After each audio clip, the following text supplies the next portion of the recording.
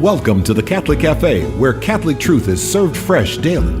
We've made you a reservation in the luxurious corner booth, so come on in and see what's on the menu today. Now, here's your host, Deacon Jeff Drzymski.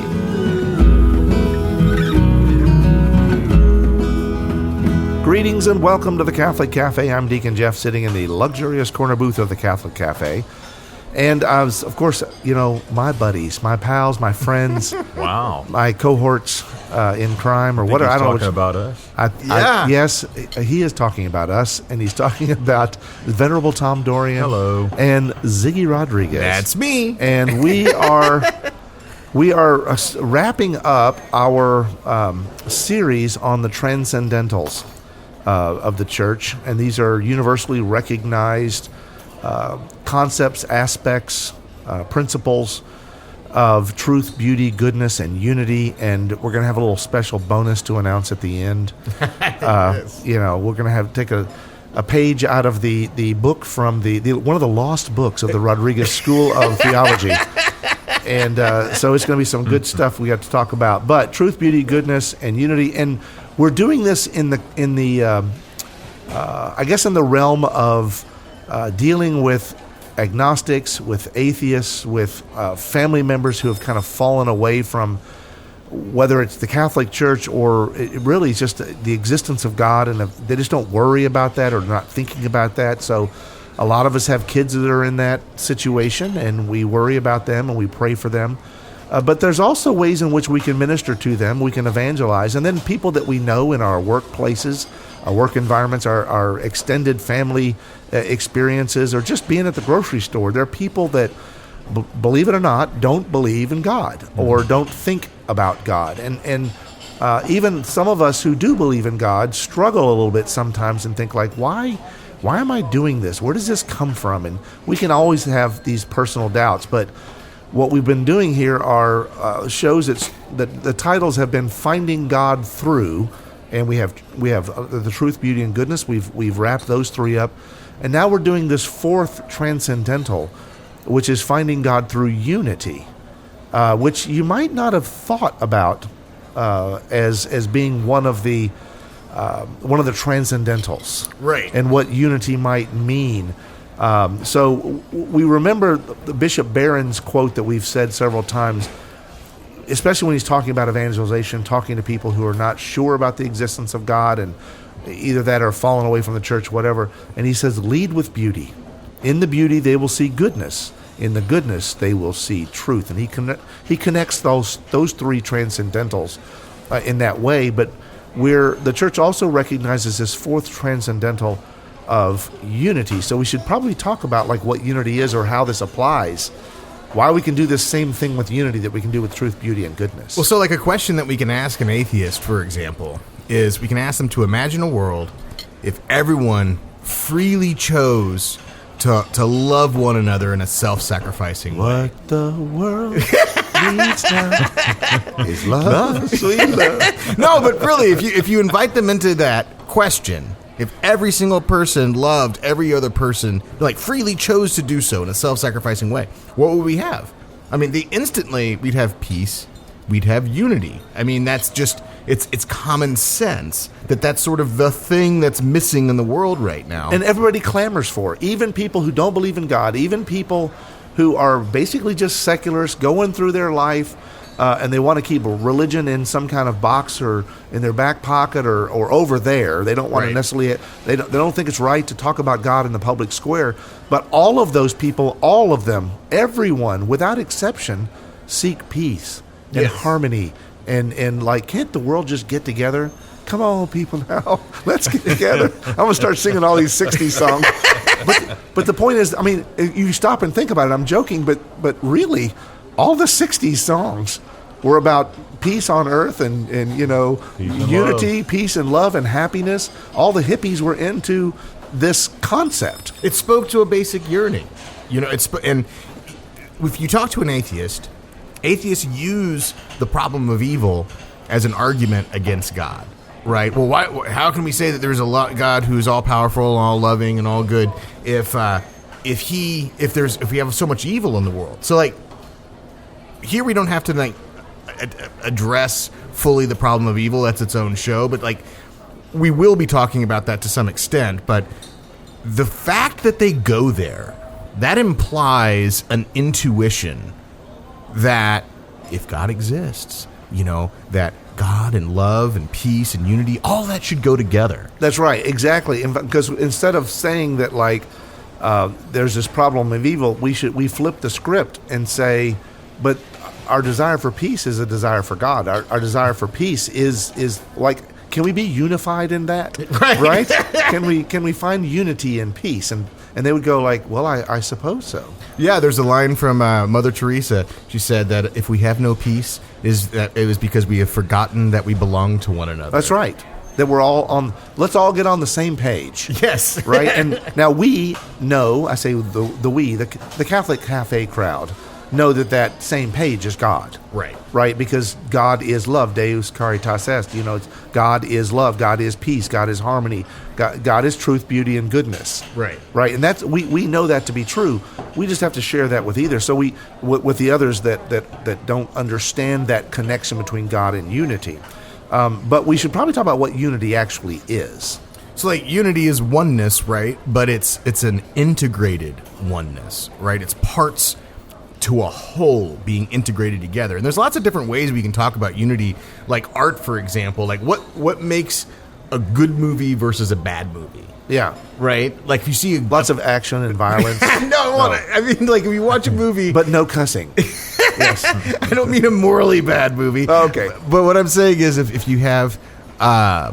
if you watch a movie and nothing in the story makes sense, and you're sitting there, you're watching these characters make decisions, you're like, I don't understand why in this scene the character decided to do this, in this scene the character decided to do this. Nothing hangs together. It's just a mishmash of characters and people. What's that lacking? It's lacking a unity. That's right. In fact, it's interesting that I have a film and video background. And there's actually, if you sit through the credits of any movie, there will be a person who's in charge of what they call continuity. There's an actual job. Really? And they sit with this huge binder, and they take notes, and they write that the lead actor had his bow tie on, and it was at 13 degrees twisted on his neck, or there was a spot on their face where they had some paint that had so they make these notes so that when they shoot from scene to scene to scene, there is continuity in those scenes. They can get it right with the bow tie, not always the characters of the plot. Well, this is exactly right. Yeah, a good story is one that flows where the person you're telling the story to can follow it, because it makes this sort of logical. One thing leads to another, right? Yes, it all comes together at the end. Even plot twists, are good because at the end they go like, "Oh, I see what you did there." Right. That movie based on the Broadway play Wicked came out. I'm not going to be a spoiler, but for you people who hadn't seen it before, but like how they tell the story. We've all seen The Wizard of Oz, that movie, and then we see this production. You go like, it's like the backstory. It's like this other stuff that happened, and there's like this sort of plot twist where you go, I never saw that coming. Right. But it actually adds to the unity and makes the thing this whole that you never maybe even saw fully until you saw all the parts and pieces and the way they were presented together. Yes. So it's an interesting thing, but it's also in paintings. Yes. And that kind of artwork. It's in music, and we've talked about truth, beauty, and goodness. But certainly, like in beauty and in harmony and in nature, all these things, and a lot of the words that go there are balance. Yeah, a lot. Sublime. Yes. Blending, the way things play out, and then you start to see like there's a unity in truth, because the whole idea is like truth has a singularity to it. 1 + 1 = 2. It can't also equal 3 or 57 squared or whatever. And so there's a balance and a logical, rational way in which things are connected. And so like in same thing with beauty, we've talked about the sunset. And then the predictability of nature. and things like that, not the randomness. And then certainly in goodness and all those things that are pleasing and the peaceful feeling that we get and the lowering of our blood pressure when we experience something that's calming, like seeing the ocean or whatever. Anyway, all those things are connected, right? And so where there is disharmony, there is disunity. Right. And so unity is that thing that brings us together.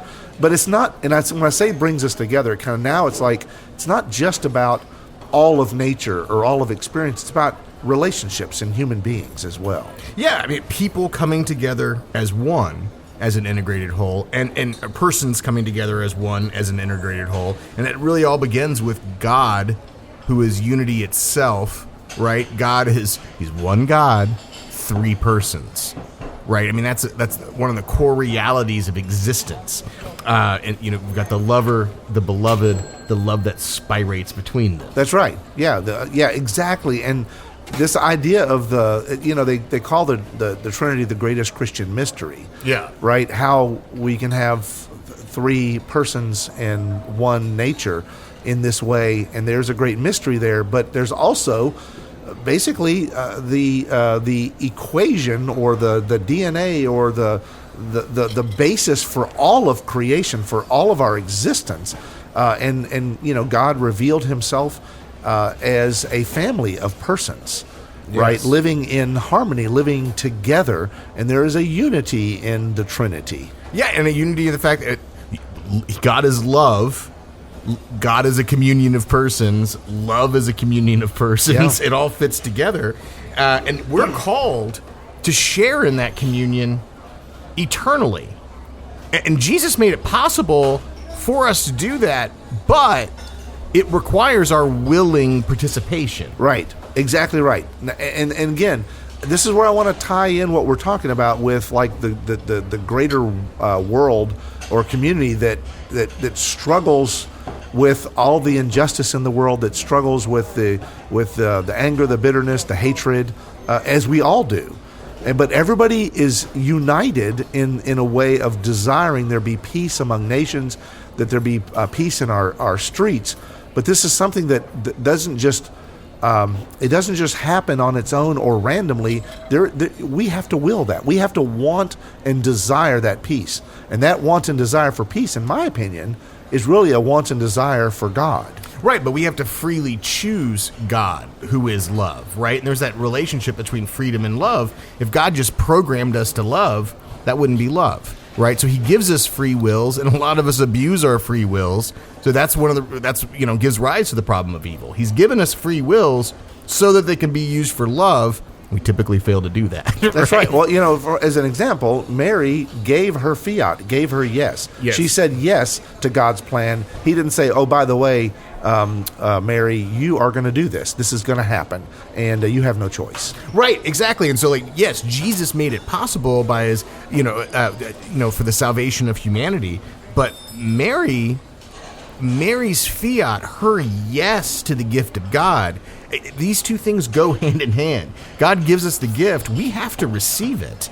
Our yes has to be an echo of our mama's yes, right? Yes, exactly right. And now people might ask, though, why do we have to do that? Why can't God just accept us as we are? Can't He just say, well, you know what, Mary she didn't say yes, but you know what, whatever, that's fine. Yeah. I mean, why is it that we have to agree? Because some people will ask, if God is love, won't He just love me, the sinner, as well? And so God does accept us as we are. God loves the sinner, right? But here's something that we have to keep in mind, right? So God is eternal and therefore unchanging.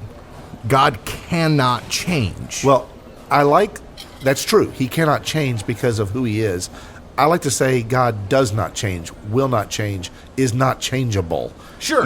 It's because of His essence of who He is. Well, like we were talking about with truth, logic is the scope of God's power, right? Yes. So, it doesn't make sense to say you're both eternal and you're in flux, right? I mean, you're eternal and you're changeless, right? It's just a part of who you are. Right. It's not a limitation of God. It's who God is. Yes. Right. By definition. Yes. And how He has revealed Himself to us. So, and so heaven is perfect union with God, who is changeless, right? And so unity with God can only happen if we change. Yeah, and we need to change, Right. Because when we don't change, in other words, when we don't bend towards God, then we don't want to be really negative here at Christmas time. The consequences aren't nice. No, they're not. That's why hell exists. Yes. Because hell is lack of union with God. Yes. It's lack of being present or being in God's presence. So hell is not necessarily to be defined simply as this destination that is a place, a room, a big giant auditorium that's filled with flames and fire and devil and pitchforks and whatnot. It is, but it's really, I love the definition of God is, hell is the total absence of relationship with God. Right. The lack of any kind of hope or any kind of positive, peaceful, happy, joyful, fulfilled feeling, right? Or lack of our very purpose of our existence. So hell is the lack of all these transcendentals: no truth, no beauty, no goodness, and no unity with God. And in the mystery of our faith, we believe that God is going to reveal himself to each person. Anyone who is in hell has chosen hell. That God has revealed himself, and they didn't choose to change for God. They didn't choose to unite themselves to God, right? And so God accepts them and loves them by not forcing unity upon them. And this lack of unity is what leads us to sin. Yes. Right? The definition of sin, right, is, again, doing something that is not in union with God's will, his divine Yes. will. And when we act outside that, when our human will is not aligned to God's divine will, well, we're sinning. Well, there's a Catholic maxim: where there is division, there is sin, right? And so, like, we could ask ourselves, like, why does sin divide?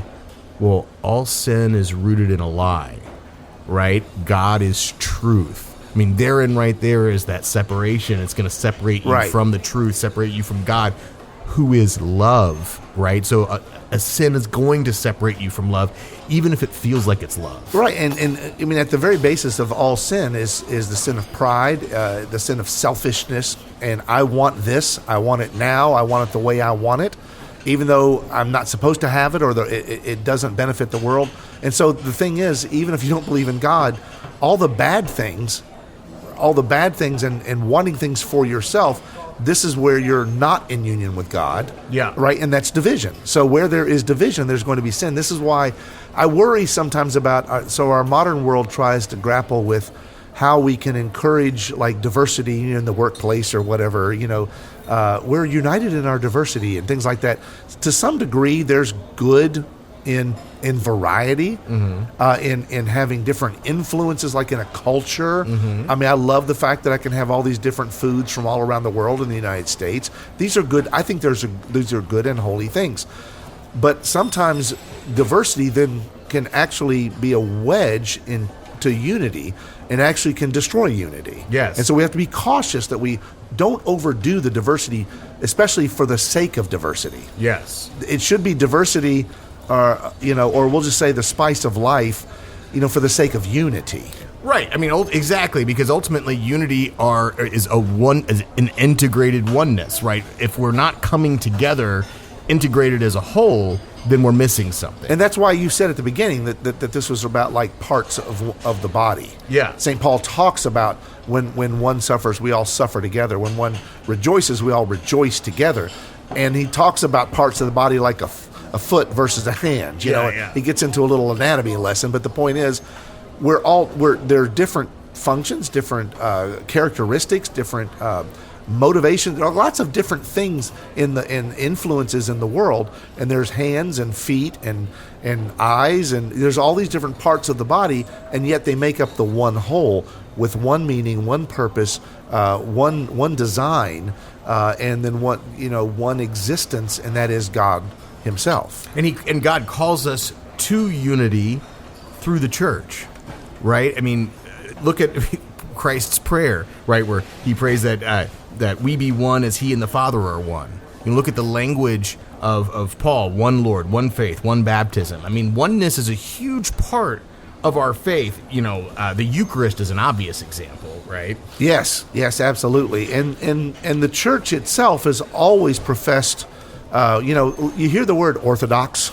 Yeah. And everyone thinks like, oh, are we talking theology here? We are talking theology, but orthodoxy is actually what the church proclaims to be true is the revelation of God. Remember, I've said several times not in this show, but in all of our shows, that essentially the church is the mouthpiece of God. Yes. God's divine revelation, and that's expressed as unity.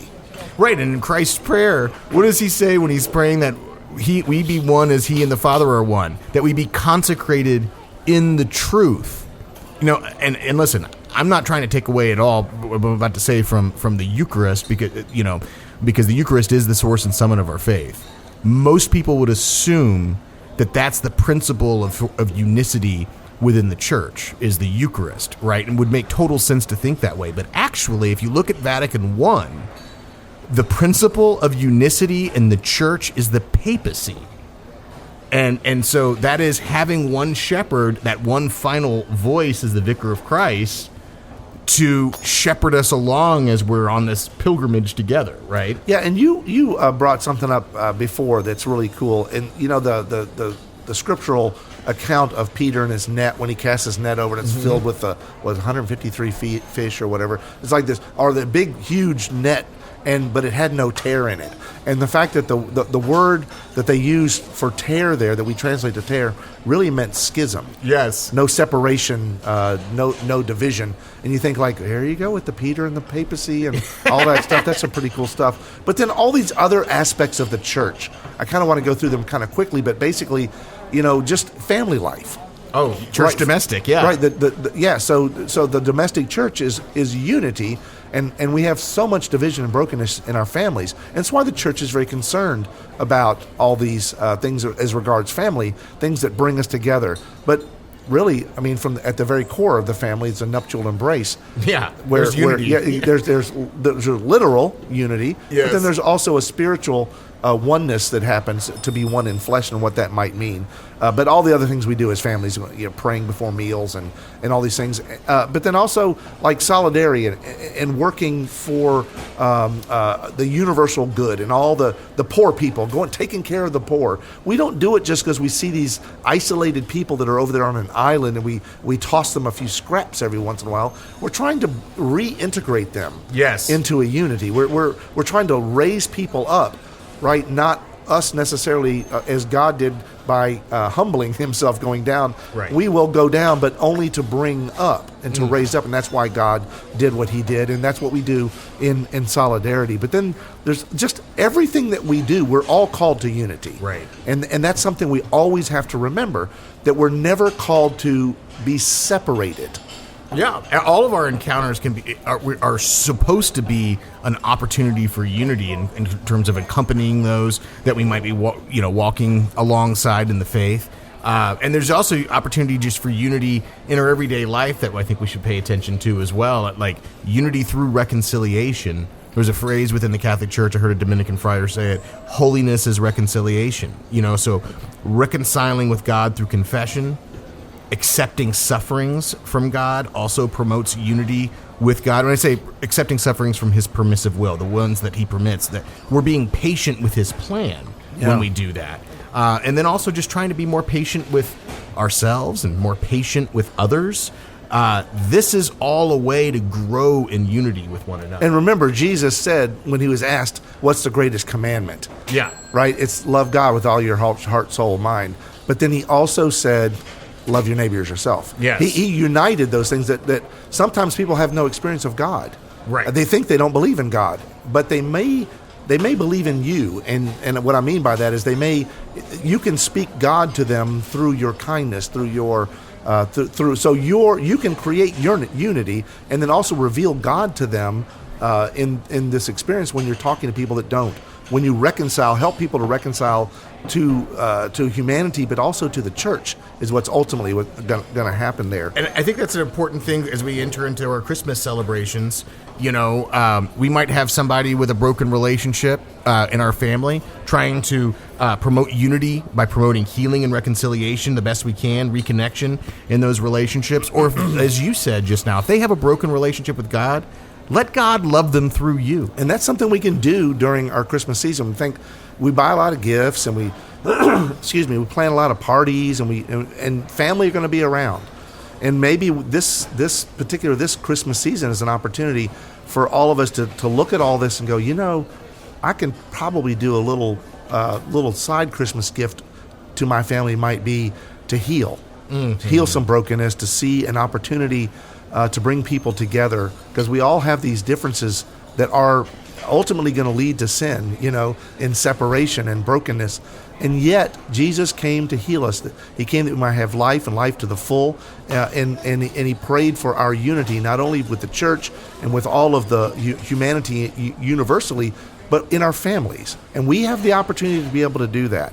And so this Christmas season is one I think that we should focus on this aspect of unity, and I think that's going to be a very healing experience. And so these Transcendentals, we've spent some time with these four, and we do have a fifth Transcendental we want to cover.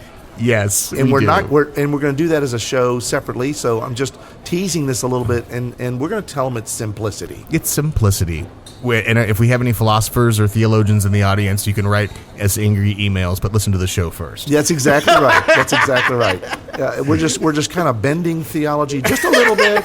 You know, it's not breaking. We're just bending. So I hope you've enjoyed these shows on the Transcendentals, and I hope that you're able to integrate them into your life in a very profound way, that Jesus might be present evermore. Hail Mary, full of grace, the Lord is with thee. Blessed art thou among women, and blessed is the fruit of thy womb, Jesus. Holy Mary, Mother of God, pray for us sinners, now and at the hour of our death. Amen. Thanks for listening to the Catholic Cafe. If you'd like to contact Deacon Jeff, send him an email at deaconjeff@thecatholiccafe.com. Visit us on the web at thecatholiccafe.com. You can also find us on iTunes or follow us on Facebook and Twitter. The Catholic Cafe is brought to you by the Order of Malta Federal Association. Join us again at the Catholic Cafe, serving up salvation one cup of coffee at a time.